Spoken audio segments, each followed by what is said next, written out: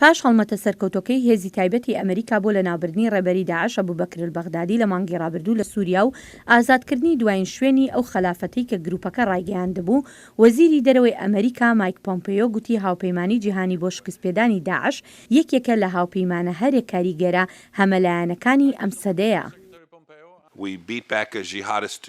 ئێمە ڕێگەمان لە خەونی جیهادیە گر کە دروستکردنی دەوڵەتێکی تێرۆر بوو لە ناوەندی ڕۆژهەڵاتی ناوەڕاستدا و ئێمە میلیۆنان خەڵکمان لە سەرکوتکردنێک ڕزگار کرد کە کەس لە جیهاندا نەیبینیوە.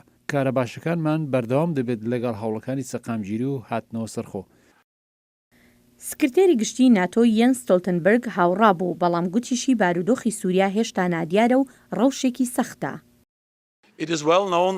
ئەمە ڕوونا کاتێک دێتە سەر بارودۆخی ئەوێ جیاوازی بۆ چوونەکان هەیە لە نێوان هاوپەیمانانی ناتۆدا، بەڵام لە هەمان کاتدا ئێمە کۆکین لەسەر پێویستی پاراستنی ئەو دەستکەوتانەی کە ئێمە لە دژی دوژمنی هاوبەشمان کە داعشە بەدەستمان هێناوە و بۆ پشتیوانیکردن لە هەوڵەکان بەڕێبەرایەتی نەتەوەیە گرتوەکان بۆ بەدیهێنانی چارەسەری سیاسی درێژدەم.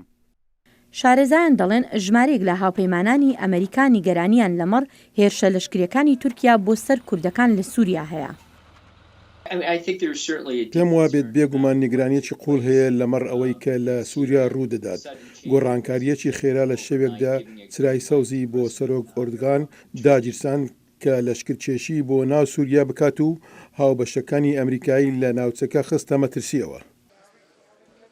نوێنەری تایبەتی ئەمریکا بۆ هاوپەیمانی شکستپێدانی داعش جێمس جێفری گوتی هاوپەیمانان مشتومڕێکی ڕاستگۆیانەیان لەسەر ئاستەنگەکان کردووە. سەرکەوتنەکانی ئێمە لە ئێستادا لە مەترسیدایە. ئەوەی لە ئێستادا دەکەین چاودێریکردنێکی وردە، هێشتنەوەی یەکڕێزیە، هێشتنەوەی هەماهەنگی و کارکردنە پێکەوە.